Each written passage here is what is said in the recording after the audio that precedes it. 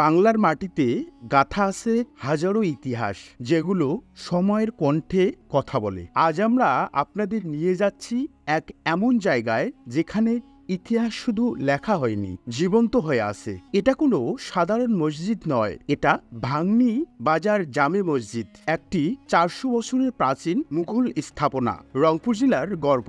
আসুন আবিষ্কার করি এই মসজিদের ঘিরে থাকা ইতিহাস, স্থাপত্য আর মানুষের আবেগ।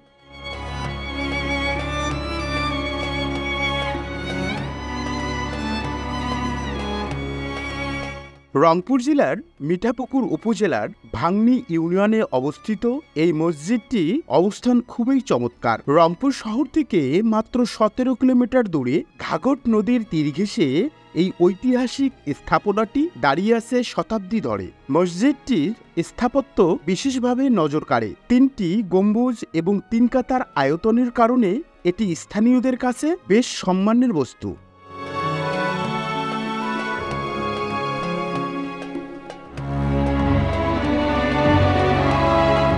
এই মসজিদের সবচেয়ে বিস্ময়কর অংশ হল এর প্রতিষ্ঠাতা। তিনি ছিলেন এক বিদেশি নারী, বিবি মরিয়ম নেসা চৌধুরানী।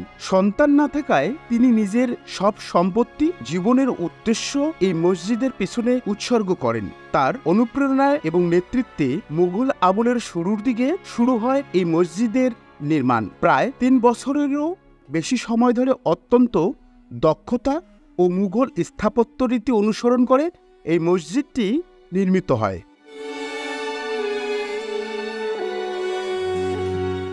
মসজিদটির 3টি গম্বুজ সাদা রঙের শ্বেত শুভ্র সৌন্দর্যে মোড়ানো। এর দেয়ালে রয়েছে মুঘল শিল্পরীতির ছাপ, খিলান, কারুকাজ এবং দৃঢ় কাঠামো। এই মসজিদ ছিল 3 কাতারের, অর্থাৎ একসাথে 3 কাতারে মুসল্লি দাঁড়াতে পারতেন।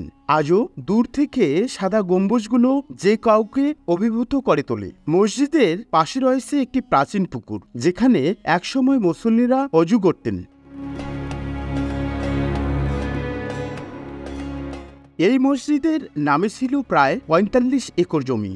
রংপুর ছাড়াও টাঙ্গাইল, সিরাজগঞ্জ, বগুড়া, গাইবান্ধা পর্যন্ত বিস্তৃত ছিল এসব সম্পত্তি। দুঃখজনকভাবে কালের বিবর্তনে এবং প্রশাসনিক দুর্বলতায় এর অনেকটাই বেদখল হয়ে গেছে। সাবেক মোতোয়ালি হাজা সিরাজুল করিম চৌধুরী জমি উদ্ধার করতে গিয়ে গাইবান্ধায় হুমকির মুখে পড়েন। পরবর্তীতে 1992 সালে মহামান্য হাইকোর্ট ও সুপ্রিম কোর্টের রায়ের মাধ্যমে মসজিদের মালিকানা স্থানীয় মুসল্লিদের হাতে তুলে দেওয়া হয়।